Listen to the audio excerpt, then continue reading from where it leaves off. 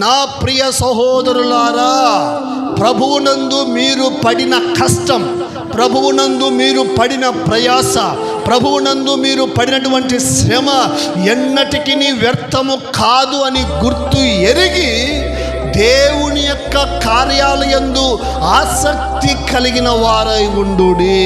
హల్లెలూయా.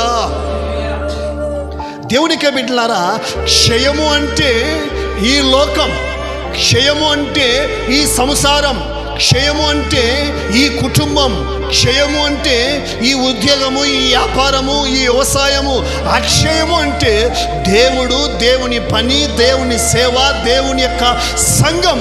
ఇది అక్షయము, ఇది అక్షయము. దేవుని కోసము ప్రయాసపడేవారు ఎప్పటికీ వ్యర్థము కారు. హల్లెలూయా.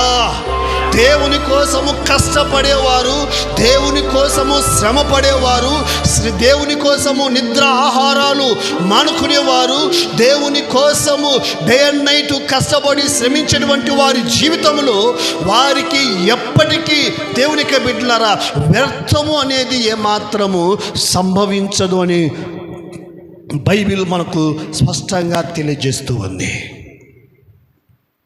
మనము క్షయమైన వాటిని ప్రక్కన పెట్టాలి. ఈరోజు ఆదివారమా, క్షయమైన వాటిని ప్రక్కన పెట్టాలి. ఈరోజు ప్రార్థన ఉందా, క్షయమైన వాటిని ప్రక్కన పెట్టాలి.